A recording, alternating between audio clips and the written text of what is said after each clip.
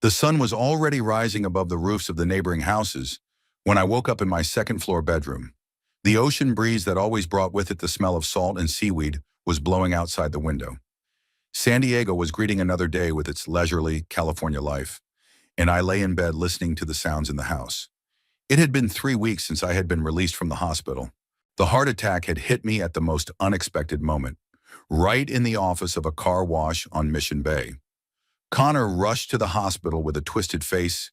Janice was crying in the hallway, and grandson Stephen even dropped his business and flew in from Los Angeles. It seemed like the family was really worried about the old man. The doctors said they were lucky. It could have been a lot worse. I spent the first few days in the ICU in a semi-conscious state, hooked up to a lot of tubes and wires. Then I slowly regained consciousness, learned to walk again, regained my coordination. Dr. Henderson, my cardiologist, insisted on a long period of rehabilitation at home without stress and excitement. I felt significantly better now than I had 3 weeks earlier. My heart was working smoothly, my breathing was steady even when climbing stairs. Of course, I wasn't going to run marathons, but I didn't feel like an infirm old man. 74 years old is not a verdict, especially if you watch your health and do not allow yourself too much. Every morning I did simple exercises recommended by the doctor, took the prescribed medications, and monitored my blood pressure. My blood pressure was almost normal, but I did not tell my family about it. Let them think that grandpa can hardly breathe and needs constant care. It's even more interesting to watch their behavior. I'd learned to be a good judge of character over 40 years, and what had happened in the last few weeks made me suspicious. Connor came every other day, ostensibly to check on his father. 46 years old, a successful manager at a construction company, always dressed in expensive suits and wearing a watch that cost more than other people made in a year. But for all his outward good looks, my son always looked at me with a peculiar expression on his face. Not maliciously, but not lovingly either. It was more of an appraisal, like a customer evaluating a product in a store. Connor was different when he was younger. I remember him running into my shop when I was just starting out in the business and gazing with admiration at the cars in operation. Back then, we only had one car wash on the outskirts of town, and I would stand there myself with a rag in my hands, scrubbing other people's cars to a shine. My son helped after school, got pocket money for it, and was happy. Where's that boy now? When did he turn into that cold, calculating man who visits his sick father with a stone face?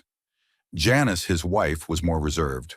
42 years old, well-groomed blonde, with perfect manicures and designer handbags. She worked for some cosmetics firm, always talking about new contracts and clients. She always smiled at me with a luscious and caring smile, asked me how I was feeling, offered to help with household chores. But I noticed how her gaze slid around the room, stopping at paintings, antique clocks, silver candlesticks. She was evaluating, estimating, calculating. It was written on her face as clearly as the prices in store windows. She and Connor had met 15 years ago at some corporate party. Janice seemed like a sweet and direct girl, genuinely in love with my son. She admired our home, our business, and constantly asked questions about how I had succeeded. I thought she was genuinely interested. Now I realize she was just studying the object of future investment. Stephen showed up less often, but when he did, he acted particularly strange. 30 years old and he still can't find a steady job. He's either into photography, trying to create a startup, or studying cryptocurrencies. His parents support him financially, but I know it's clearly not enough for them. My grandson always looked a little tense when he came into my bedroom. He'd say the usual health stuff, but he'd keep looking around as if he were assessing the situation. Stephen was born when I was 44. I remember the first time I took him in my arms in the hospital. Such a tiny, defenseless lump. At the time, I thought I'd do anything for him. I bought expensive toys, paid for the best schools, hired tutors. I wanted my grandson to have everything I didn't have as a child. Maybe that's why he grew up so infantile and irresponsible. Everything in life came too easily to him. For the past few years, Stephen had been borrowing money from his parents and me. He always promised to pay it back, told me about new projects and prospects. But the money disappeared like water, and the projects turned out to be another failure. I stopped giving him large sums after he lost $20,000 on some dubious cryptocurrency. Maybe that's why he looks at me now with such a hidden resentment. Yesterday, they all gathered in the living room on the first floor. I went downstairs to get a glass of water and heard their voices from behind the ajar door. It was quiet, almost a whisper, but I could make out a few phrases. Connor was explaining something to Stephen about the paperwork. Janice was asking about some deadline. The words will and inheritance came through clearly enough, though they were spoken in low voices. When I pushed open the door and stepped into the room, the conversation broke off momentarily. All three of them turned to me with faces as if I'd caught them in the act. Connor even flinched and tried to hide some papers under a magazine on the table. "Soi, what are you two whispering about?" I asked, trying to keep my voice low. "It's nothing," Connor answered a little too quickly. "We were discussing plans for the weekend. We were thinking maybe we could go away as a family." "When you're better, of course," Janice added with fake concern. "The doctor said you needed to rest." Stephen was silent, but I could see him fidgeting with the edges of his t-shirt. My grandson's not good at lying. It's been with him since he was a kid. When he's hiding something, he squirms and looks away. I got some unintelligible answers and realized that no one was going to tell me the truth. Connor quickly turned the topic to how I was feeling and my meds, and Janice started fussing over the cushions on the couch. Stephen got up and said he had to go, even though he had just arrived. "Dad, you should get some rest," Connor said as I headed for the stairs. "Don't bother worrying about it. We'll work it out." That's an interesting line. What exactly are they going to fix?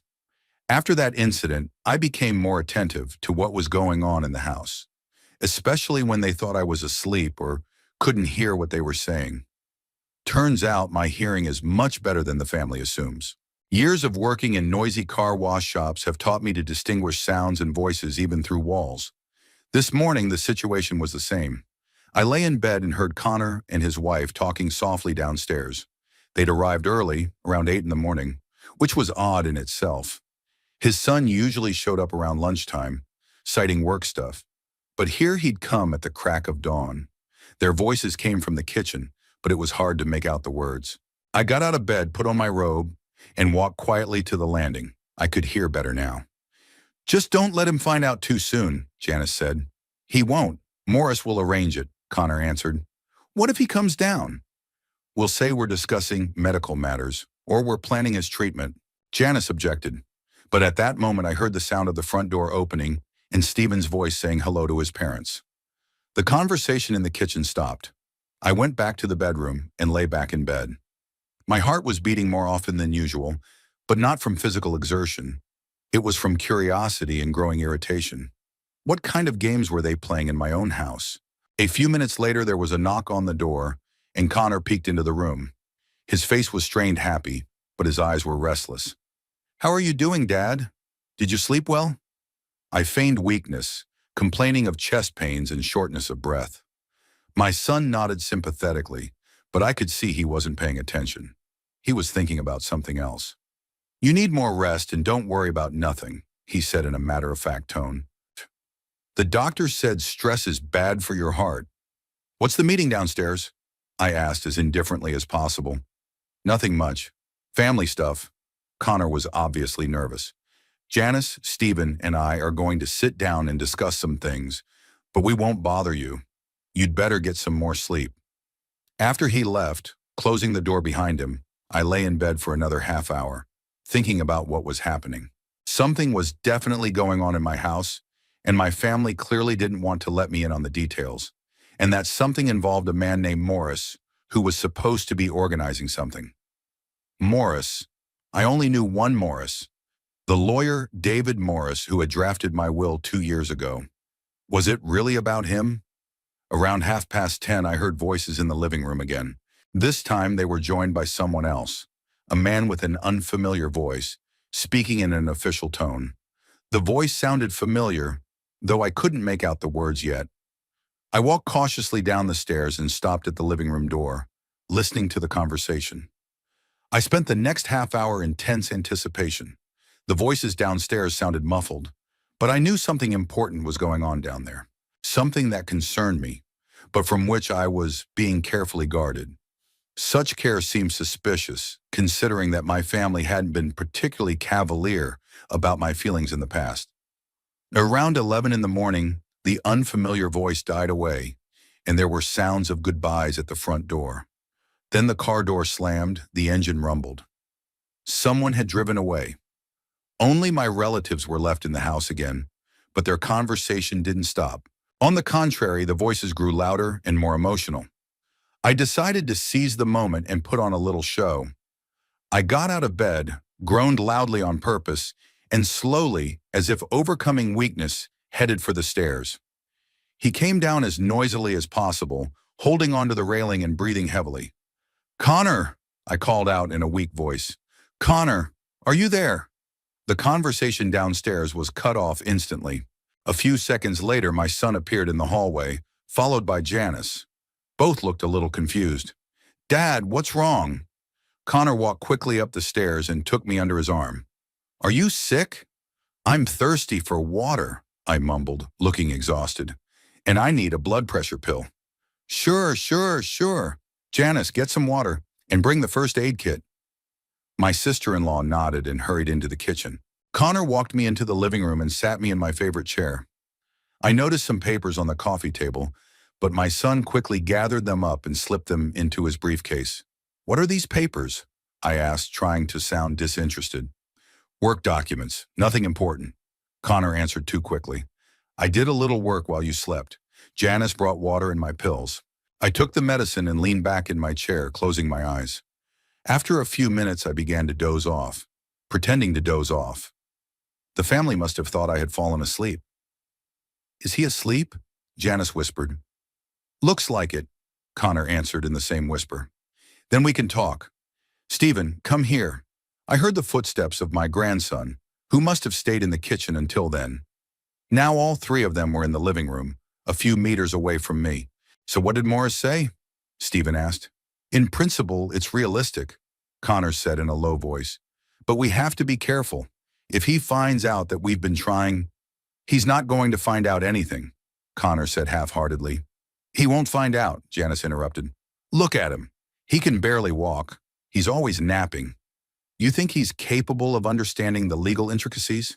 "Don't underestimate the old man," Connor countered. "He may be more cunning than he looks." It doesn't matter whether he is or not," Stephen interjected. "What matters is that we're running out of time. Morris said that if we delayed, there might be trouble." "What kind of trouble?" Janice asked. "Well, there's no telling what he might think of. Maybe he decides to sign it over to charity or something." I couldn't help but open my eyes and stare at these cynical people. It turns out that they are seriously discussing my death in the division of the inheritance. And they are not worried about my health, but about how I would not have time to change the will. "And what about the sums?" Stephen continued to inquire. "Did Morris say exactly how much?" "He estimated it at about 15 million, Connor replied. "That included real estate, businesses, and bank accounts." 15 million, his grandson said dreamily. "Yeah, how will it be divided?" "In the will, the bulk of it goes to me as the only son. You get 1 million. Janice gets something too." "1 million?" Stephen sounded disappointed. "What's the rest of it? All yours." "Steve, don't be greedy," Janice told him. $1 million is a lot of money to start a life." "A start in life? I'm 30 years old." "What the hell's a start?" "Quiet," Connor hissed. "Oh, you'll wake him up." I kept breathing evenly, pretending to be in a deep sleep. I wanted to jump up and kick the three of them out of the house. But curiosity overrode anger. I wanted to hear how far their cynicism went. "Okay," Stephen said conciliatingly. "1 million is 1 million. It's still better than nothing. When will all this happen?" "The doctors say he won't last long with a heart like that," Connor said with a businesslike tone, as if he were discussing the weather forecast.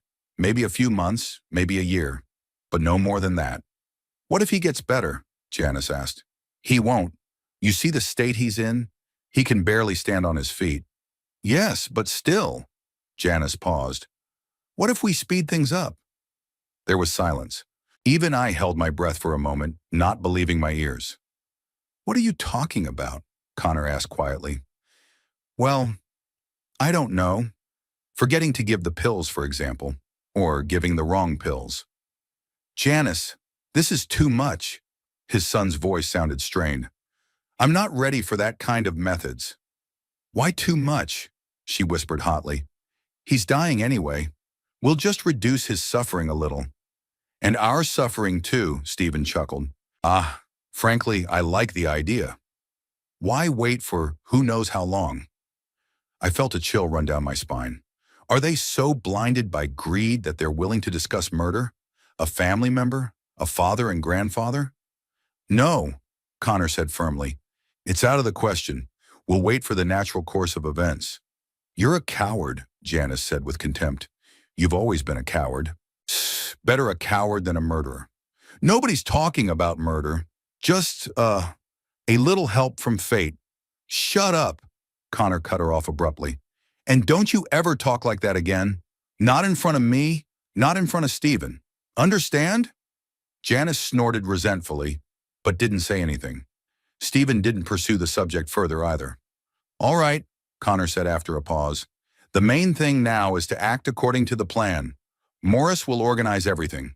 We just have to wait and act like a loving family. How long do we have to do this comedy? Stephen asked. As long as it takes. And remember, don't say a word. If he suspects anything, all our plans will be ruined. Could he change anything in the will? Janice asked worriedly. Theoretically, he could. But to do that, he'd have to see a lawyer, draw up new documents. In his condition, that's unlikely. But still possible? It's possible. That's why we have to be careful. I was lying in the chair digesting what I'd heard. So this is it. A loving family turned out to be a pack of hyenas just waiting to divide their prey. The son whom I raised, brought up, on whom I spent the best years of my life, calmly discusses my imminent death. My daughter-in-law suggests that it be hastened. The grandson is only interested in the size of the inheritance. And all this is happening in my home, a few meters from my chair. By the way, said Stephen, what about the car washes? Who's going to run them? We'll have to sell them, Connor replied. I'm not going to get involved in this business. It's too much trouble. How much are they worth? Morris estimated $3.5 million, maybe a little more if there's a good buyer. That's not bad. Stephen was obviously working something out in his head. And the house? We'll keep the house. You could live here or rent it out. It's a good neighborhood. Prices are going up. Are you going to live here? His grandson asked his parents. We don't know yet, Janice replied. Maybe we'll sell it and buy something more modern. They handled my property as easily and naturally as if I were already lying in a coffin. They discussed the sale of my business, which I'd spent 40 years building, deciding the fate of the house where I spent my entire life. And they did it with such indifference as if it were a grocery shopping spree. I wish it were over before New Year's Eve, Stephen said dreamily. I could pay off my debts and start a new life. Before New Year's? Connor asked. That's only a month away. So what? The doctors said he wouldn't last much longer. Doctors say a lot of things. It's not worth guessing. I'm not guessing. I'm just dreaming. At that moment, I felt I couldn't stand their conversation any longer. My anger was boiling inside me, demanding a release. I wanted to jump up, grab a baseball bat, and throw all three of them out of the house. Forever. But I held back. It's too early to show my cards. We need to know the whole story first. See how deep their treachery goes. Okay, I'll go check on him, Connor said. I relaxed quickly and deepened my breathing. After a minute, I felt my son leaning over me. He's asleep, he whispered. He's sound asleep. Let's go into the kitchen, Janice suggested. It's awkward to talk in here. I heard them get up and leave quietly. Their voices faded away, becoming indistinguishable. Lying in the chair, I thought about what to do next. One thing was clear. The family had shown their true colors. Now I knew what to expect from them. It had been 2 days since I had heard their frank conversation in the living room. For 2 days, I had been thinking about what I had heard, trying to understand the extent of the betrayal and decide how to proceed. The family had been ostentatiously caring, but now I could see the falseness in every gesture, hear the lies in every word. Connor came daily, ostensibly to check on my condition. He brought the newspapers I used to love to read, asked me how I was feeling, suggested I call a doctor. Janice made me chicken broth and herbal teas, fussed over my medications, adjusted my pillows. Stephen called every night, inquiring about Grandpa's health, talking about his business. It all seemed touching and natural. But I knew the truth now. Behind this ostentatious care, there was a cold calculation and an impatient expectation of my death. Every affectionate word was a lie. Every caring gesture a hypocrisy. They were putting on a show in front of a dying old man, hoping to squeeze as much profit out of the situation as possible. Wednesday began as usual. I woke up around 8 in the morning, showered, and had a breakfast of oatmeal with fruit. I felt pretty good. My heart was working smoothly, my blood pressure was normal, and I wasn't bothered by dizziness. Dr. Henderson would have been pleased with those numbers, but the family mustn't know that. Around 10 in the morning, Connor arrived. He looked tense, spoke curtly, kept glancing at his watch. He brought me some new car magazines, asked me about my appetite, checked to see if I'd taken my morning pill. "Dad, are you feeling okay today?" he asked, sitting down next to my bed. "Not so good," I said in a weak voice. "I didn't sleep well last night and my heart was tingling." "Should I call a doctor?" "No, I don't think so. I'll just lie here and rest." Connor nodded, but I could tell he wasn't really listening. His mind was on something else, more important to him than his father's condition. "Dad, are you planning on getting up today?" he asked after a pause. "Why?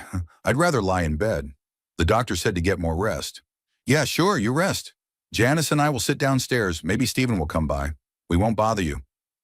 "Okay," I agreed. "What's so important?" "Oh, just some family stuff. It's nothing serious. Don't worry, just rest." My son left and I remained lying there, thinking about his words. Family matters. I wonder what else they'd come up with. Judging by Connor's nervousness, something big was brewing. An hour later, I heard Janice enter the house. She said a loud hello to her husband and came up to me to ask about my health. As always, she played the caring daughter-in-law, bringing a thermos of herbal tea, adjusting the bedspread, offering to read aloud. "Ralph, you look so pale today," she said with feigned concern. "Shouldn't we call a doctor?" "I don't need to," I said, trying to sound even weaker. "I'm just tired. I want to sleep." "Then go to sleep, darling. We'll sit quietly downstairs and we won't make any noise." After she left, I lay there for another half hour, listening to the sounds in the house. Connor and Janice were talking in the kitchen, but I couldn't make out the words. Then Stephen arrived. I recognized the sound of his motorcycle, which he'd recently bought with money he'd borrowed from his parents. Around noon, another car pulled up in front of the house. The engine sounded solid, expensive. Clearly not a cheap model. The door slammed and male voices were heard at the entrance. One of them sounded familiar. I cautiously approached the window and peered through the curtain. A late-model black BMW was in the driveway. Next to it, Connor was talking to a tall man in an expensive suit. Even from a distance, I recognized the man David Morris, the lawyer who'd helped me draw up my will 2 years ago. So my suspicions were confirmed. The family is indeed meeting with my lawyer, discussing the inheritance and making plans for my death. I wonder exactly what they told him and how they convinced him to participate in this scheme. Morris was an experienced lawyer with an impeccable reputation. He worked with wealthy clients, specialized in inheritance law. Our firm had used his services for years. I trusted him and thought he was an honest professional. Did he really agree to cheat his client for money? The guests entered the house and soon muffled voices came from the living room. They spoke softly, apparently for fear of waking the sick old man upstairs. I went back to bed and waited. A few minutes later, Connor came into the bedroom. "Dad, are you awake?" I closed my eyes and breathed deeply, pretending to be asleep. My son stood in the doorway, then quietly closed it and left. I heard his footsteps on the stairs and then a voice in the living room. "Sleeping? You can talk quietly, just not too loud." Now I had to get close enough to hear their conversation. I got out of bed carefully, put on my slippers, and looked out into the hallway. No one was there. Quietly trying not to squeak the floorboards, I walked to the stairs. The voices came from the living room quite clearly. Apparently, they had decided that grandfather sleeping upstairs would not hear anything. "So, David," Connor said, "give us all the details again, so that we'll be ready for any situation." "Okay," replied the familiar voice of the lawyer. "Sure, but first I need to clarify a few things. Is your father really dying?" "Unfortunately, yes. The doctors have given us a poor prognosis. His heart is very weak. It could stop at any moment." I see. And he's unable to make important decisions? Look at him, Janice intervened. He sleeps most of the time, hardly gets out of bed. What kind of decisions can we talk about? He's still technically capable of making decisions, Morris said. As long as the doctors don't declare him incompetent, any changes to the will be legally valid. Can he change anything? Stephen asked anxiously. Theoretically, yes. But that would require him to come to my office or summon me here for an official visit. In his condition, that's unlikely. So we don't have to worry? Janice asked. In principle, yes. But I still recommend caution. Don't give him any reason to be suspicious. I listened to this cynical dialogue, feeling the anger slowly boiling in my chest. Morris was talking about my capacity as if he were discussing a technical malfunction in a car. The family nodded and asked questions, planning my death with businesslike methodicality. Tell me about the timeline, Connor asked. How long will it take to probate? After the death of the testator, we have 6 months to complete the process, but usually we can manage within 3 or 4 months if there are no disputes. Could there be any disputes? Janice asked. It's unlikely. The will is legally correct, and all the formalities have been observed. The only heirs are you, he said to Connor, and your son. There are no other claimants. What about the taxes? Stephen asked. Inheritance tax will have to be paid, but the amount is not critical. According to my calculations, about $2 million. $2 million? Surprised grandson. That's a lot of money. Compared to the size of the inheritance, no, replied the lawyer. It would leave about $13 million net. $13 million, Stephen repeated dreamily. And how exactly will the division take place? Morris rustled the papers. According to the will, the bulk of the estate goes to Connor Sterling as the only son. This includes real estate, businesses, and most of the financial assets. Stephen Sterling is bequeathed $1 million and a collection of antique watches. Janice Sterling receives $500,000 in the jewelry of the testator's late wife. Grandpa's watch collection is quite valuable, Stephen remarked. There are several Swiss pieces from the early 20th century. Yes, I estimated it at about $150,000, confirmed the lawyer. So your share will be about $1,150,000. Not bad, said the grandson. I stood on the stairs listening to them divide my property and thought about how many years I had saved up that money, how many sleepless nights I spent developing the business, how much effort I had put into creating what they now so frivolously expected to receive. Are there any stipulations in the will? Janice asked. There are no special conditions, Morris replied. The standard distribution among the relatives. The only wish of the testator is that the family should take care of his wife's grave. But that's more of a moral obligation than a legal one. Of course we'll take care of the grave, Connor hastily assured her. Naturally, Janice supported her husband. Of course, they will take care of Evelyn's grave. My wife, who died of cancer 3 years ago.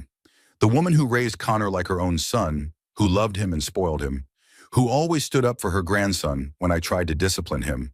Evelyn had never imagined that her adopted son and his family would discuss the division of her jewelry so indifferently, that the grandson she adored would count the value of her gifts. Now for the main point, Morris said. I need official confirmation of the testator's death, a certificate from the hospital or the attending physician. And if he dies at home, Connor asked, then we'll have to call an ambulance. They'll record the death. After that, the body would be taken for examination, if there were any questions. But in the case of a heart patient, and even at that age, there are usually no problems. So there will be no suspicion? Janice clarified. Why should there be? The lawyer was surprised. An elderly man with a heart condition died of a heart attack. What's suspicious about that? Of course nothing, she agreed quickly. I just wanted to make sure everything would go smoothly. It will, Morris assured her. The key is to act natural and not draw attention to yourself. How quickly can you get access to the bank accounts? Stephen asked. After the inheritance. But it is possible to get access to some of the funds earlier, to pay for the funeral and current expenses. Usually banks are very accommodating in such cases. How much can you withdraw? Grandson did not stop. It depends on the bank and the amount on the accounts, usually from $10,000 to $50,000. That's enough for the first time, Stephen nodded. I listened to their practical calculations and thought about how quickly people turn into vultures when it comes to money. Yesterday, Stephen had called me and asked me how I was feeling. Today, he's talking to my lawyer about how to get access to my accounts as quickly as possible. I have one more question, Janice said. What if he suddenly gets better? Doctors sometimes get their prognoses wrong. Then everything remains as it is, Morris replied. A will is valid only after the death of the testator. As long as he's alive, the property remains his property. I see, she said frustratedly. But from what you say about his condition, recovery is unlikely, the lawyer added. So there's no need to worry. Of course, Connor agreed. We just want to be prepared for all eventualities. That's the right thing to do. Planning is the foundation of successful estate administration. Inheritance management. As if we were talking about a portfolio of securities, not a man's life. Is there any chance he might change his mind and change his will? Stephen asked. Theoretically, there was. But to do that, he would have to contact me directly or find another lawyer. In his condition, that's extremely difficult. What if he asks us to help him contact a lawyer? Janice asked worriedly. Then you could cite his illness, say that such matters are best postponed until he's better, or suggest we consult his family doctor about his ability to make serious decisions. You mean stall? Exactly. Time is working for you right now. How cynical that sounded. Time is working for them because I have to die before I can change my will. And they'll help time by obstructing any attempt I make to reconsider. David, are you sure there won't be any legal problems? Connor asked again. I'm absolutely sure. The will is drawn up according to all the rules, notarized, kept in my safe. I have copies of all the documents about your father, confirming his legal capacity at the time of making the will. No one can challenge his will. Good, said the son. Then all we can do is wait, Janice added. And act like a loving family, Morris reminded her. That's very important. If anyone suspects that you're more interested in the death of the testator than in his recovery, there could be questions. We understand, Connor assured him. We really love our father and we want him to be spared his agony. What a noble lie. They don't love me. They love my money. And they don't want to ease my suffering, but to speed up my inheritance. I heard Morris gathering up his papers and preparing to leave. Okay, I think we've covered everything. If you have any questions, call me anytime. And remember, no rash behavior. Let things take their course. Of course, Connor agreed. Thanks for coming. You're welcome. It's my job. I walked quickly and quietly up the stairs, made my way to the bedroom, and got into bed. A few minutes later, I heard the lawyer saying goodbye to the family at the front door, starting the car and driving away. Lying there with my eyes closed, I thought about what I had heard. The picture finally became clear. The family was not just waiting for my death. They were actively preparing for it. They consulted with a lawyer, studied all the legal intricacies, planned every step. And the worst thing was that they did it cold-bloodedly, methodically, without the slightest remorse. It was a week after Morris's visit, a week during which I watched the family, analyzed their behavior, and prepared for decisive action. Each day brought new evidence of their hypocrisy and greed. Connor began to visit more often, almost daily. He said he was worried about my condition, but I could see the impatience in his eyes. He studied my face, listening to my breathing, noticing every sign of weakness, like a doctor waiting for a critical deterioration in a patient. Janice, too, had become more frequent in her visits. She was always cooking something for her ailing father-in-law, carrying herbal concoctions, offering massages. But at the same time, I noticed how she furtively examined the house, evaluating furniture, paintings, antiques, making a mental inventory of her future inheritance. Stephen called every night at 8 o'clock sharp. He asked how she was feeling, told her how he was doing, said hello. His voice was always tense, unnaturally cheerful. It was felt that talking to his dying grandfather was given to him with great difficulty. All three played the role of caring relatives, but the game turned out unconvincing. Too much falsehood, too little sincerity. There was greed behind the ostensible love, impatience behind the care. I played my part too. I feigned weakness, complained of pain, struggled to get out of bed. I took medications in front of their eyes, groaned at night, breathed heavily at the slightest exertion. I wanted them to believe that the old man was really dying And they did. Every day they became more and more relaxed, less cautious in their conversations. Apparently, they decided that there wasn't much time left until the end. On the evening of Friday, December 12th, what I had been waiting for happened.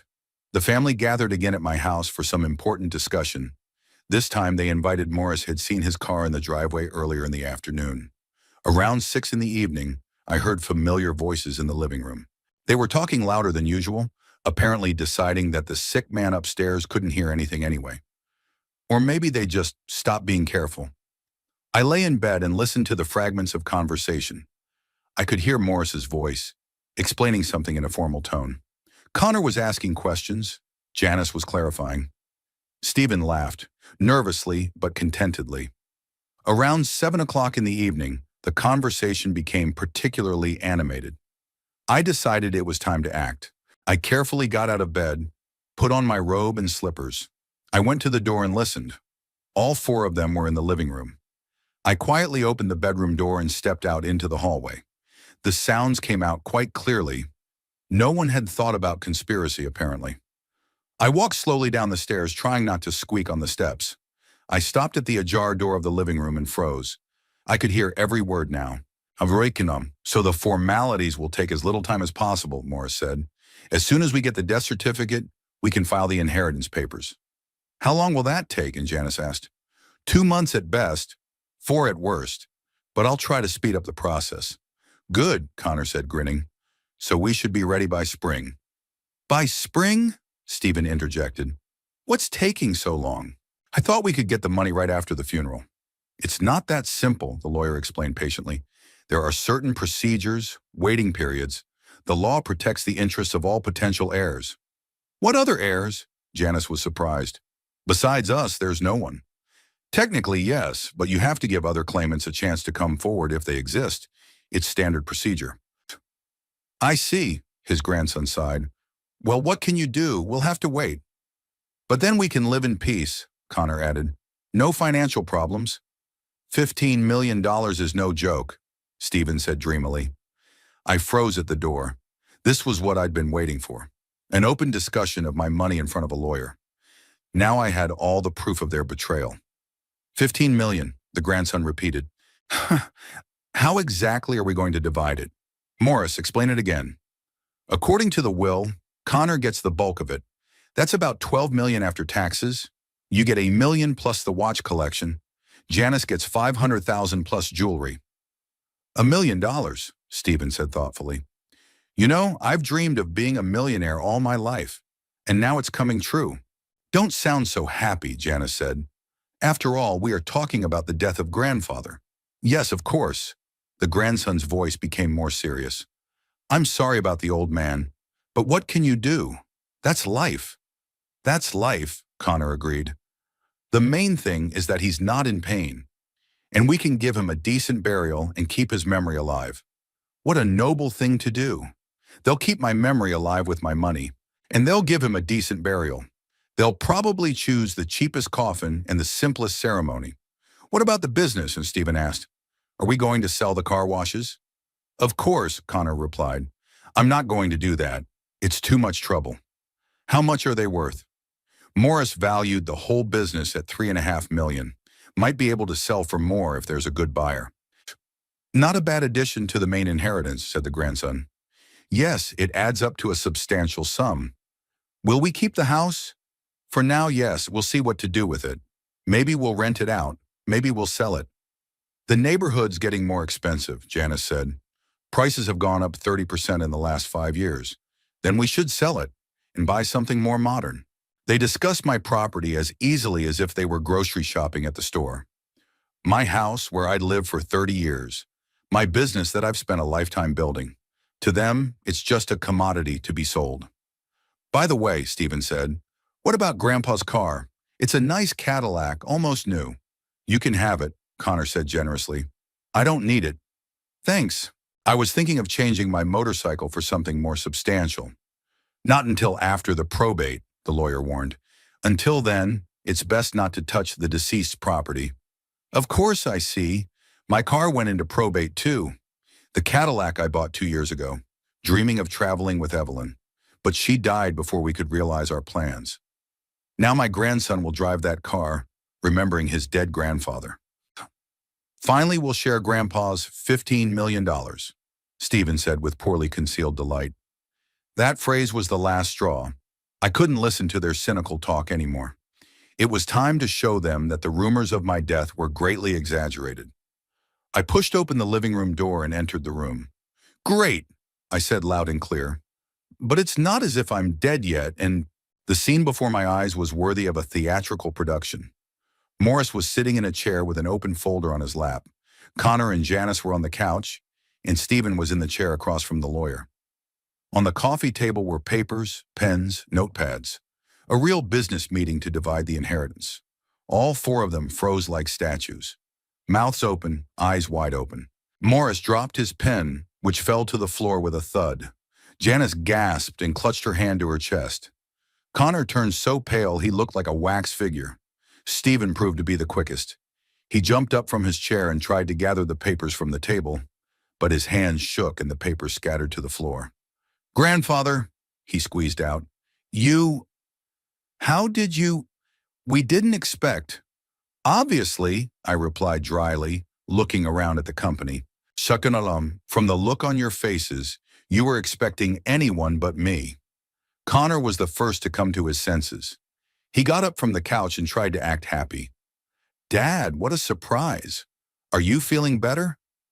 Much better than you'd expect, I answered, keeping my eyes on him. That's wonderful, Janice exclaimed a little too loudly. We're so glad you're feeling better. Yes, I can see how glad you are. Morris was silent, apparently trying to figure out exactly what I'd heard and how much I knew. He had a look of confusion and professional caution on his face. Grandfather, Stephen started to say, but I held up my hand to stop him. Go on, I said calmly. Don't be shy with me. I was just hearing that you're finally going to share my $15 million. That's an interesting phrase, Stephen. The grandson blushed and began to stammer. It's not what you thought. What did I think? We were just discussing just in case. Just in case of what? My death? There was dead silence in the room. No one dared to answer the direct question. Dad, you misunderstand, Connor finally said. We're worried about your health, and we wanted to be prepared for any eventuality. Anything? I questioned. Or just one particular event? Shakarchoni. Ralph, Janice interjected. You're upset right now and it's bad for your heart. Better go back to bed, get some rest. My heart is perfectly fine, thank you for your concern. But your heart must have stopped beating a long time ago. Mr. Sterling, let me explain the situation. Your family came to me for advice on the will. They wanted to make sure all the documents were in order, just in case. In case of what, Mr. Morris? I interrupted him. In case of my imminent and inevitable death? Well, yes, given your state of health. What do you know about my medical condition? What your family told me. I see. What exactly did they tell you? The lawyer hesitated, glancing at Connor. I guess he realized he was in an awkward situation. Shanam, they said you had a serious heart condition, that the doctors gave you a poor prognosis. Doctors? I was surprised. What doctors? Mr. Morris, have you seen the medical reports on my condition? No, but what about certificates of my incapacity? Neither have I. Then why did you discuss my inheritance with my relatives? Morris was completely confused. He realized he'd made a serious professional error. Yeah, they said you were dying. Who exactly said that? The lawyer looked at his family for support, but they were silent, staring at the floor.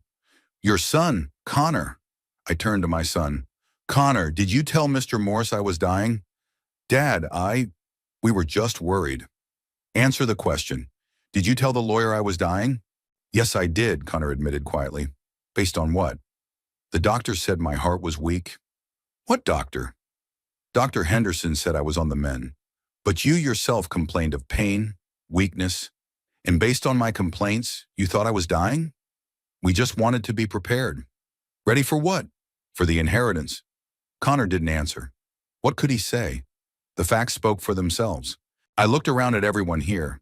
4 people who, half an hour ago, had been planning my death. 4 faces expressing a mixture of shame, fear, and disappointment. "How long has this been going on?" I asked. "How long? What exactly?" Janice clarified. "You're waiting for me to die? Your plans to divide the inheritance?" No one answered. "All right, Mr. Morris," I turned to the lawyer. "How many times have you met with my family to discuss the will?" "This was the second time," he replied reluctantly. "The second time in what period?" "In the last 2 weeks." "I see. So as soon as I was in the hospital with a heart attack, you immediately began to prepare to divide the inheritance." Silence again. "And it didn't occur to any of you to wait until I was actually dead, or at least see how hopeless my condition was?" "Dad, you misunderstand," Connor tried to explain. "We love you and we want you to get better." "That's a lie," I said calmly. "You want me to die, and the sooner the better." "That's not true." "Then explain to me why you kept the meetings with the lawyer from me." "We didn't want to upset you." "Sona, in discussing the size of the inheritance wasn't supposed to upset me. We just—" "Shut up," I cut him off abruptly. "Enough lies for today." I looked at my watch. 8:30 in the evening. It was time to end the show. "Mr. Morris," I said to the lawyer, "I'll come to your office tomorrow morning. There's something we need to discuss." "What is it?" he asked cautiously. "Changes in the will," I answered and left the living room. After I said I was going to see the lawyer, there was silence in the living room. I stood in the doorway watching the family's reaction. 4 faces frozen in an expression of horror and confusion. Morris was gathering papers with trembling hands, clearly aware that his reputation hung in the balance.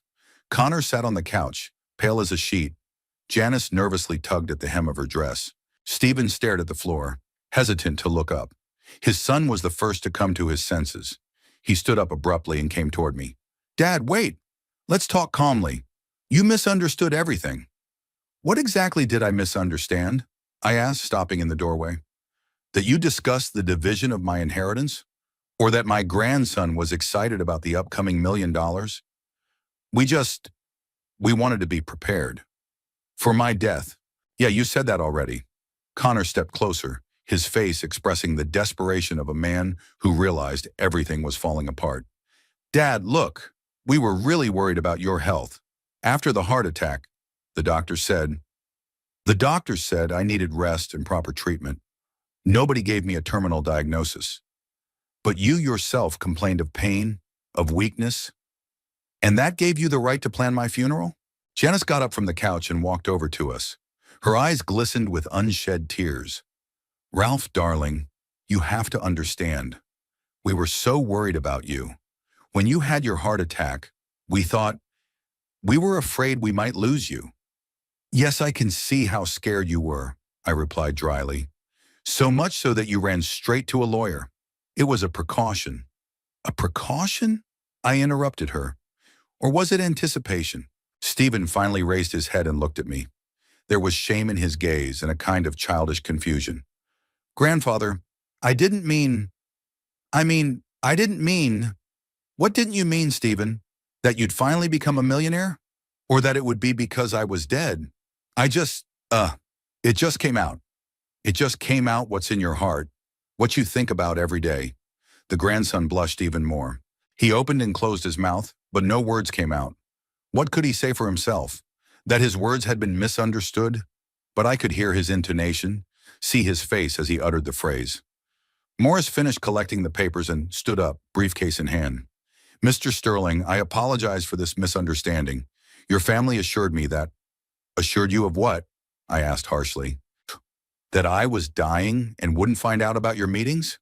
"No, of course not. They just said that your condition was very serious." "Mr. Morris, you're an experienced lawyer. Didn't you find it disconcerting that the relatives were discussing the inheritance while the testator was alive?" The lawyer was silent. He realized he had made a serious professional error. "Shouldn't you have ascertained my incapacity before consulting me like that?" "I should have," Morris admitted quietly. "It was my mistake. A significant mistake. And tomorrow we will discuss its consequences." The lawyer nodded and headed for the exit. At the door he turned around. "Mr. Sterling, I hope you will not... my reputation..." "Your reputation depends on you, Mr. Morris, and on what you do tomorrow." After the lawyer left, the house was silent again. The family stood in the living room, not knowing what to say. I looked at them and thought about the fact that these people, until an hour ago, were the closest thing I had to family. The only people I considered family after Evelyn's death. "Dad," Connor said quietly, "can we explain it to you straight?" "Yes," I agreed. "I'm listening." His son sat down in the chair, Janice sitting next to him on the armrest. Stephen remained standing, leaning against the wall. "After your heart attack, we were really scared," Connor began. "The doctors said it was serious, that we had to prepare for all sorts of things." "Which doctor said what?" "That's not what Dr. Henderson told me." "Not just Henderson. The cardiologist in the ICU. What was his name?" "I don't remember exactly. Dr. Dr. Thompson, I think." "That's odd. I don't remember any Dr. Thompson." Connor hesitated. I guess he realized he'd hit a dead end. "Maybe I got the last name wrong." "Maybe. Go on." "Anyway, we thought we'd go through the paperwork, just in case." "Just in case? And you decided not to tell me about this?" "We didn't want to worry you. You were so weak. So weak that you couldn't make decisions about your own will." "No, that's not the point." "What is it, Connor?" The son paused for a moment, searching for words. "Now, we wanted to make sure it was done properly, that there wouldn't be a problem if something happened. If I died." "Yeah. At least you were honest. That's something." "And that's why you met with Morris twice?" "The first time we just went over the general situation. The second time we went over the details." "What details?" Connor was silent again. "Answer me," I demanded. "What details did you discuss?" "The timing of the inheritance, taxes, procedures for selling the property." "So you were already planning to sell my business and my house?" "We were thinking about it, as an option." "I see. And you didn't want my opinion?"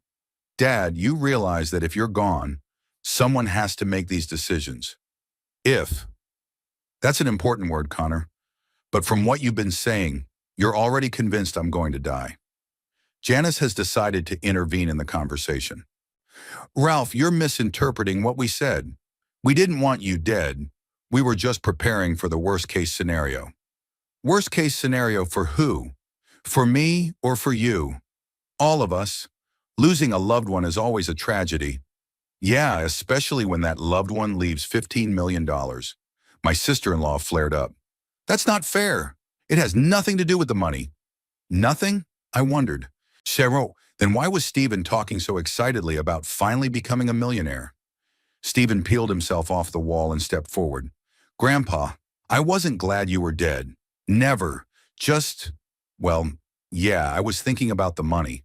But that doesn't mean I want you to die." "What does it mean?" I just, I was imagining what I'd do if I got the inheritance." "Isn't that normal? It's okay to think about your dead grandfather's money." "Well, not dead, but, if something happens." "If something happens," I said again. "That's a very convenient way of putting it." "You don't have to say death directly, but the meaning is the same." The grandson lowered his head. He realized that all his explanations sounded unconvincing. I looked at the family, the son who lied to my face, the daughter-in-law who feigned concern, the grandson who dreamed of my money. In the morning, I had thought of them as my loved ones. Now I saw them as strangers, self-serving, lying people. "I understand," I said calmly. "You've explained everything." "Dad, did you believe us?" Connor asked hopefully. "I understood your motives. It's not the same thing. But you can see that we didn't want anything bad. I can see that you wanted my money, and you were willing to wait for me to die to get it." "That's not true." "Then answer one question, Connor. If I was poor, would you have visited me as often after my heart attack?" The son hesitated. "Of course you would." "Honestly?" "Yes, honestly. I don't believe it." I turned and walked toward the stairs. I heard Janice's voice behind me. "Ralph, don't go. Let's talk about this calmly." Without turning around, I went up to my bedroom and closed the door. I sat in my bedroom on the second floor and listened to the family meeting going on downstairs. The voices were muffled, but the emotionality of the conversation was evident even from a distance. Occasionally, individual words were heard: disaster, everything is ruined, what to do now? The family was clearly discussing the situation and trying to find a way out of it. Around 9 p.m., the conversations died down. There were sounds at the front door. Someone was leaving. Then a motorcycle engine rumbled. It was Stephen leaving. A few minutes later, Connor and Janice's car started. There was silence in the house. I was alone with my thoughts. In the last few hours, my whole life had been turned upside down. The people I thought were closest to me had turned out to be greedy vultures. The family I'd worked my whole life for wanted me dead. The son I'd raised and educated was discussing with a lawyer how to divide my inheritance. What was most painful was the realization that this was not just happening overnight. Judging from the conversations, the family had been planning for the inheritance for weeks, maybe since my heart attack. As I lay in the ICU between life and death, they were already figuring out what to do with my money. I got out of bed and walked to the window. The streetlights were on outside, illuminating the quiet neighborhood where I'd lived for the past 30 years. My neighbors' houses looked cozy and quiet. Lights were on in the windows, families were gathering for dinner, children were doing their homework. A normal, ordinary life where relatives love each other, not making plans for an inheritance. My own family turned out to be very different. Over the years of a thriving business, I must have spoiled them. Connor was used to his father always helping with money, solving any problems, providing a comfortable life. Janice saw me as a source of financial stability for her family. Stephen even considered his grandfather's capital as his natural right. Over the years, I gave Connor an education at a prestigious university, helped with the purchase of a house, several times helped his business in difficult times. I paid for Janice's expensive courses and trainings, bought her a car and jewelry. Stephen was regularly given money for his numerous projects and hobbies. In total, over the past 15 years, I have spent about $3 million on my family. And what have I gotten in return? False smiles, ostentatious concern, and an impatient wait for me to die. But most unpleasant of all is the realization that it's all my own fault. I created these people with my own hands, accustomed them to easy money, to the fact that grandfather and father will always help. I did not force them to earn on their own, did not teach them to appreciate labor and effort. I just gave them money and thought I was buying their love. It turned out that I bought only greed and hypocrisy. Now I was faced with the question, what to do next? What to do with the people who betrayed my trust? Forgive them, pretend that nothing happened, or show them the consequences of their actions? I sat down at my desk and took a notebook out of the drawer. I started writing down everything I'd learned in the last few days. The dates of the meetings with Morris, details of conversations I'd overheard, the phrases Connor, Janice, and Stephen had uttered, all the facts that proved how they really felt about me. The notes were quite detailed. If I decided to go to court or other lawyers, I'd have plenty of evidence of the family's unethical behavior. True, technically they hadn't violated anything. It's not against the law to discuss inheritance, but morally their behavior was repugnant. As I finished my notes, I wondered how to test how deep their greed went, how far they would go for money. So far, they were just discussing my death and planning to divide the inheritance. But what would they be capable of if they realized I was going to change my will? A plan began to form in my head, a risky one, but potentially very revealing. I decided to put on a little show to see the true nature of my relatives. The next morning, I called Dr. Henderson. Doctor, I need a certificate stating that my health has improved significantly since my heart attack. Of course, Mr. Sterling. You're really on the mend. Your labs are good. Your heart is stable. I can issue a certificate saying it's not life-threatening. Oh, that's great. Can I get it today? Sure. Come back anytime. Morris was the next call. Mr. Morris, I'll be at your office at 2 this afternoon. Okay, Mr. Sterling. I'll be expecting you. One more thing. Draft a new will. What changes do you want to make? We'll discuss it when we meet. After talking to the doctor and the lawyer, I called Connor. Connor, we need to talk. A serious talk. Sure, Dad. When? Tonight. And have Janice and Stephen come too. I want to discuss some important family matters with you. What kind of issues? You'll see. Be there at 7 p.m. Dad, aren't you mad at us about the misunderstanding last night? You'll see tonight. I was being deliberately cryptic so they get nervous and speculate. Let them worry. After last night, they deserved it. Around noon, I went to see Dr. Henderson, got a certificate of good health and a stable prognosis. Then I went to Morris's office. The lawyer met me with obvious concern. He realized that yesterday's story could cost him his reputation and his clients. Mr. Sterling, I apologize for what happened. It was an unacceptable mistake on my part. I agree, I nodded, but mistakes can be corrected. How? First, you will never again discuss my business with anyone without my presence. Of course. Second, you will prepare a new will according to my instructions. I dictated the major changes to him. Morris took notes, sometimes clarifying details, but he didn't ask too many questions. I guess he realized he was in no position to give advice. When will the document be ready? I asked. By tomorrow morning. Good. I'll sign it tomorrow in front of witnesses. And the old will? Destroy it after the new one is signed. Morris nodded. He was obviously pleased to have gotten off relatively lightly. Back home, I spent the rest of the day thinking. By late afternoon, a plan had finally formed in my head. I was going to give my family a serious test of greed and hypocrisy. At exactly 7 in the evening, cars pulled up to the house. Connor and Janice were the first to arrive, followed a few minutes later by Stephen on his motorcycle. All three of them looked tense and anxious. I met them in the living room. On the coffee table were a doctor's note and some papers I had prepared in advance. Sit down, I said. We have an important conversation to have. The family sat down on the couch and in the armchairs. Everyone was silent, waiting for me to speak. I saw a doctor today, I began, picking up the certificate. I got a medical report.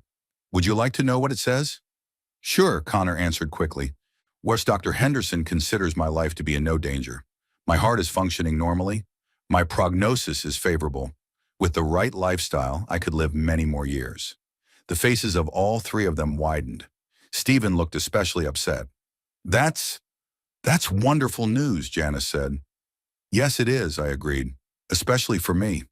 Of course it is, Dad. We're so glad you're getting better, Connor added.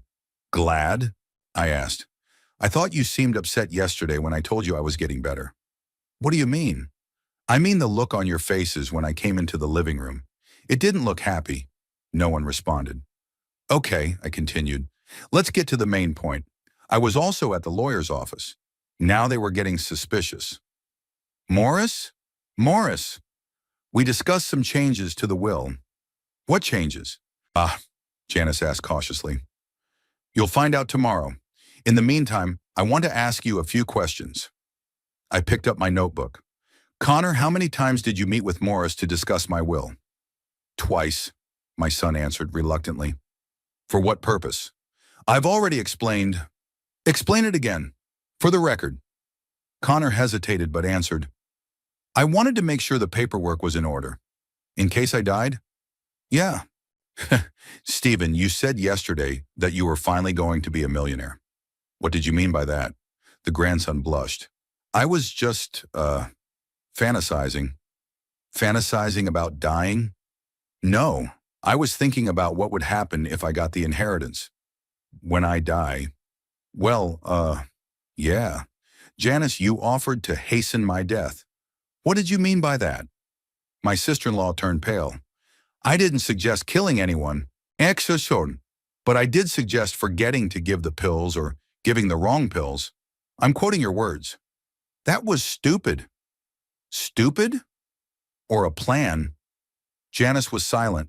I put the notebook aside and looked at the family. So the picture is clear. You're all waiting for me to die and planning to divide the inheritance. The question is whether you're willing to hasten that death. Dad, what are you talking about? Connor was outraged. Something I'm very interested in. How far are you willing to go for money? I got up and went to the window. Tomorrow I'll sign a new will. And maybe you'll know the answer to that question. After my words about the new will, there was a tense silence in the living room. I stood at the window with my back to my family and felt the electricity hanging behind me. Connor, Janice, and Stephen were digesting what they had heard, and I could imagine the expressions on their faces. Shock, confusion, and most importantly, panic at the realization that their plans were falling apart. Janice was the first to speak. Her voice shook, but she tried to remain calm. Ralph, what exactly are the changes you plan to make? Maybe we could discuss it together? I turned around and looked at her. My sister-in-law was sitting on the edge of the couch, clasping her hands together. Her face expressed poorly concealed anxiety. Discuss? I interjected. Interesting. When you met with Morris, were you also going to discuss your plans with me? That was different. How was it different? We just wanted to sort out the formalities. I want to deal with the substance. Who gets what and why? Connor leaned forward, a look of extreme concern on his face. Dad, you realize a will is a serious document. You can't change it based on emotion. Emotions? I was surprised. And under the influence of what should it be changed? Reason, common sense. And what does common sense tell you, Connor? He paused for a moment, searching for words. Well, the family should inherit. It's natural. Family, I repeated thoughtfully. And what is a family in your understanding? People who love each other, support each other in times of need, take care of each other. That's a beautiful definition. And you think you're that kind of family? Of course, Connor answered, but he didn't sound sure.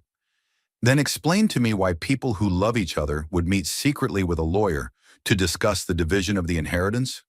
We explained. We explained that we were preparing for my death. Is that a sign of love? Connor was silent.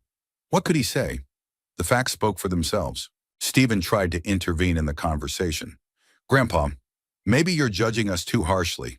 We were really worried about you. Worried? I interrupted him. Or were we counting on it? Worried? When you were in the hospital, I came straight from Los Angeles. Did you start thinking about the inheritance? No, not right away. When did you start thinking about my money, Stephen? His grandson blushed and hesitated. Well, a few days later. A few days after your heart attack, you were already thinking about how to spend $1 million? I was just, they were thoughts. What kind of thoughts? That I could pay off my debts and start a new life with Grandpa's money. Not like that. I'd invest it in a business, create something of my own. With my dead grandfather's money. Stephen lowered his head. He realized that every word he said was only making things worse. I walked back to the chair and sat down, scrutinizing the faces of my relatives. 3 people I considered family, to whom I'd given the best years of my life, spent millions of dollars, provided a comfortable existence. And what did I get in return? You know, I said quietly, I've been thinking a lot about our family these past few days, about what we really are. And what conclusions have you come to? Janice asked cautiously. Sad conclusions. It turns out that the only thing that binds us together is money. That's not true, Connor argued vehemently. Yes, it is. And now I'm going to prove it. I stood up and walked over to the desk, where the documents I'd prepared in advance were lying. Today, I have prepared a draft of a new will. I want to read it to you. The faces of the family instantly became tense. All 3 of them looked at me with undisguised horror. According to the new will, I began, the bulk of my estate will go to a charity for sick children. Janice gasped and clutched at her heart. Stephen turned pale as a sheet. Connor jumped up from his seat. Dad, you can't be serious. Very serious, I confirmed. Pooh, kids in cancer wards need money more than healthy adults. But we're your family, Janice exclaimed. Do you consider yourself my family? After everything I've learned? We love you. Love you? I grinned. Then why is your first reaction to the news of the will not joy for your sick children, but horror at the loss of money? Janice opened her mouth but closed it immediately. What could she say? Her face expressed exactly what I was talking about. Panic at the thought of losing her inheritance. And the house? Stephen asked hoarsely. And the car washes? It's all going into a trust. The house will be sold and the money will be used for the children's medical care. The car washes will also be sold and the money will be used for charity. The grandson grabbed his head. Grandpa, you don't understand. I have debts. I need that money. You need it? What for? To start a normal life. Why didn't you start a normal life earlier? Why are you still living on your parents' allowance when you're 30? I tried, but it didn't work because I knew Grandpa would always help. Grandpa would give me money for another adventure. Not an adventure, for serious projects. Serious projects don't end in failure after 6 months. Stephen was silent. His face was a mixture of despair and anger. Connor tried to take control of the situation. Dad, I understand you're upset with our behavior, but that's no reason to disinherit the family. Family? I questioned. What family? Us. Your family. My family wouldn't plan for my death and inheritance. We didn't plan your death. We didn't? What did you plan? We were just, preparing. Preparing for what, Connor? My funeral? My son didn't answer. And Janice was preparing to hasten my death by suggesting I forget to give the medication. I didn't mean it, exclaimed the daughter-in-law. You didn't mean it. Then why didn't Connor resent your suggestion? He resented it. Not right away. He thought about what you said first. Janice looked at her husband reproachfully. Connor looked away. You see, I continued, your reaction to my will revealed your true attitude toward me. You're not interested in me, but in my money. That's not fair, Janice objected. It is. And you know what convinces me of that? What? The fact that none of you have asked how much I'm leaving to charity. You're only interested in what you're going to lose. Indeed, no one asked about the details of the charity. They were only concerned with their own inheritance. How much are you leaving to the foundation? Stephen asked. $14 million. 14? His grandson gasped. And what do we get? That leaves you with $1 million for the three of you, to cover funeral expenses and other formalities. $1 million for three? Janice asked. Yes, $330,000 each. That's enough to get them started on their own. But it's a pittance compared to what it used to be. Connor was indignant. Pennies? I was surprised. $300,000 is a penny? Compared to $15 million, yes. I see. So you think you're entitled to $15 million? We're your family, Janice exclaimed again. No, I said calmly. You are not my family. The words sounded like a sentence. All three of them looked at me with horror and incomprehension. What are you saying? Connor asked quietly. I'm saying that family isn't people bound by blood. Family is people bound by love. And there is no love between us. Yes, there is, the son argued vehemently. No, Connor, there's only calculation and habit. That's not true. Then answer me honestly. If tomorrow I lost all my money, went bankrupt, and was left with nothing, would you visit me as often? Connor was silent for a moment. Of course I would. Don't lie to yourself or to me. You'd find 1,000 reasons to visit your broke father less often. Dad. And you, Janice, I said to my daughter-in-law, would you make broths and carry medicine to your poor father-in-law? She didn't answer. And you, Stephen, would you call your grandfather every night without money? The grandson was silent. You see, I said, even now when I ask you directly, you cannot say yes, because you understand it would be a lie. The family sat in silence. My words had hit the mark. Tomorrow morning I'll sign a new will, I announced. And after that, I'll see how your attitude toward me changes. Dad, wait, Connor exclaimed. Let's talk about this calmly. Discuss what exactly? How you're going to play love for money. We really love you. Prove it. How? Very simple. Say that you are happy for the sick children who will receive help. Say that money is not important. The main thing is my love. No one said anything. See? I smiled sadly.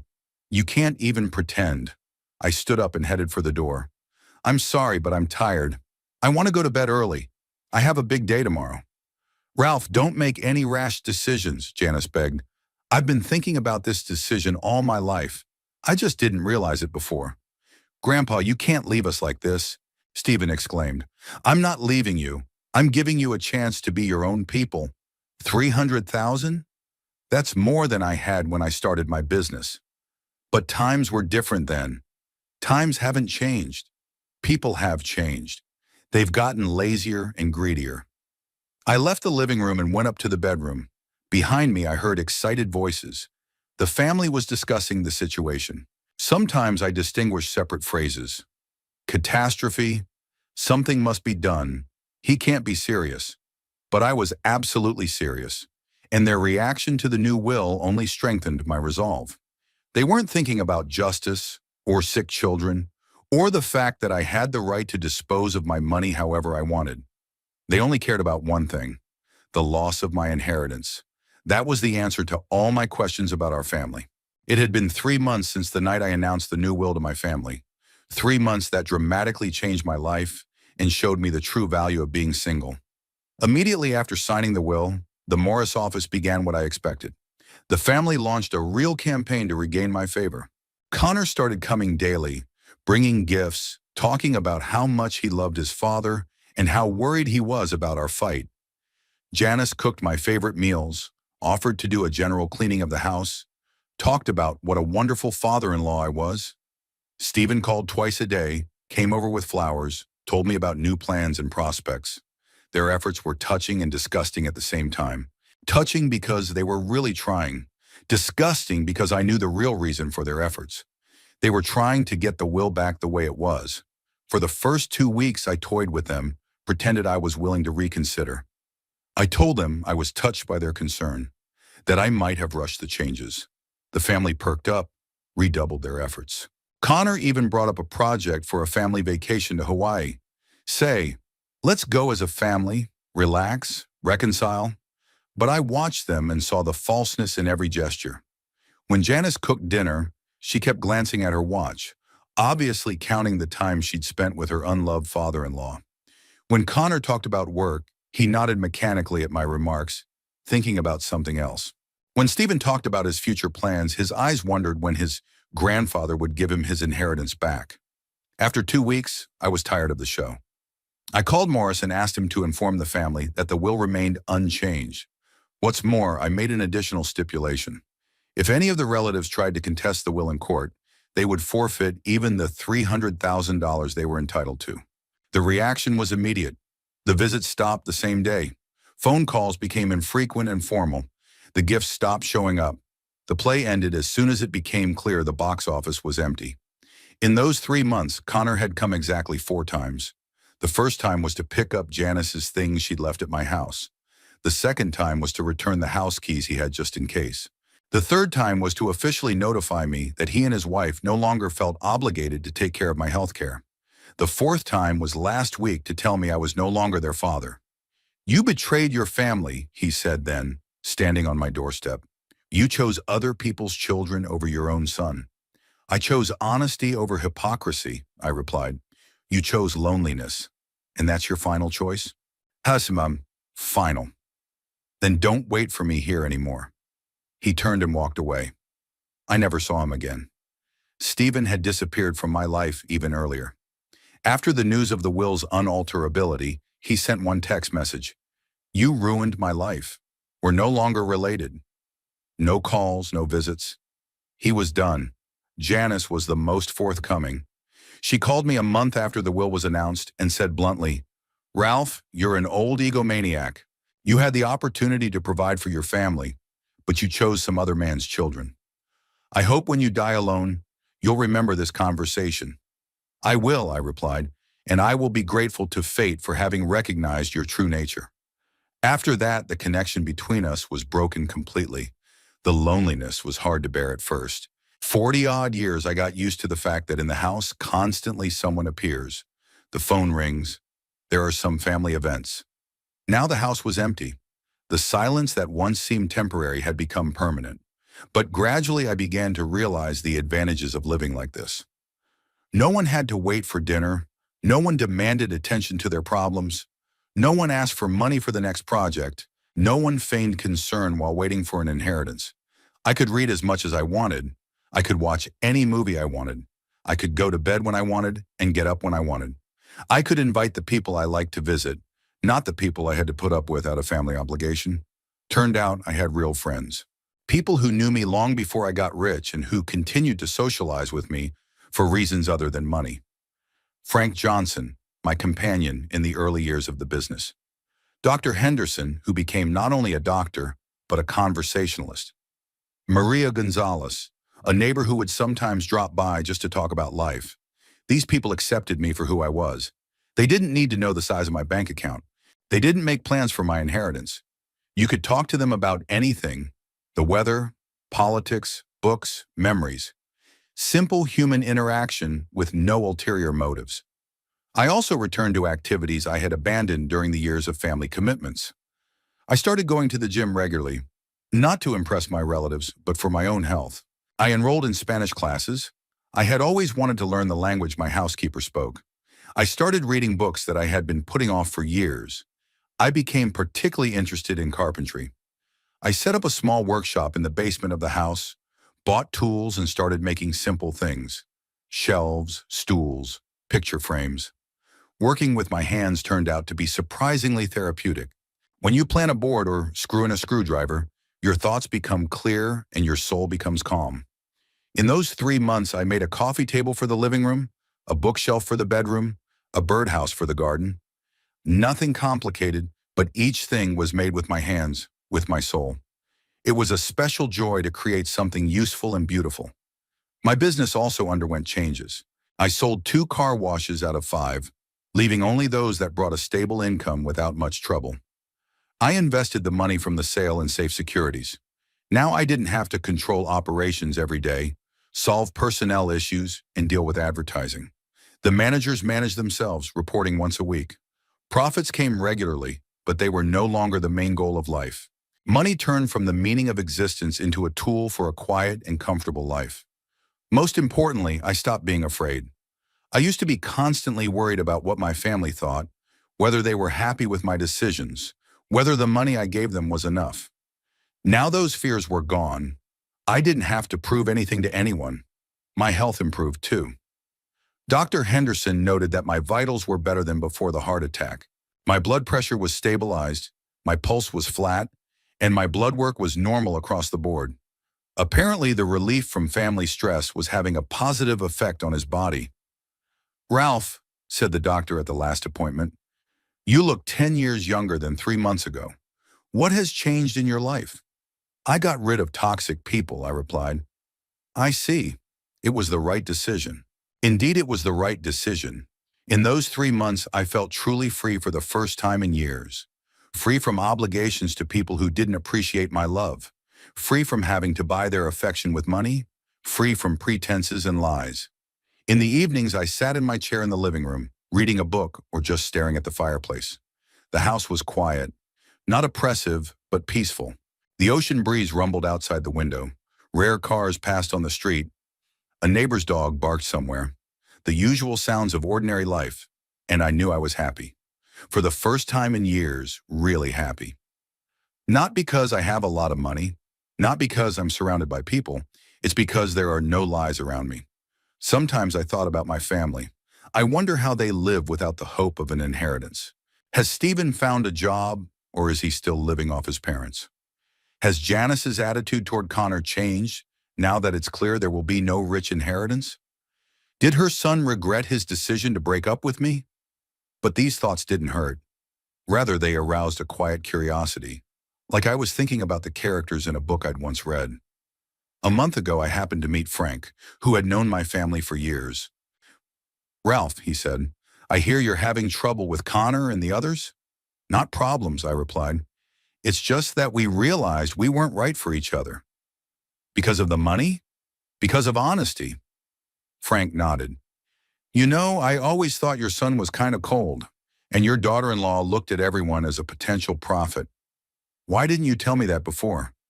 Would you have listened? When it comes to family, people often don't want to hear the truth." He was right. Even if someone had told me the truth about my relative's character before, I wouldn't have believed it. I had to see their true faces for myself. Now I was living a new life. No pretense, no need to live up to other people's expectations, no fear of disappointing people who already disliked me. Every day brought small joys.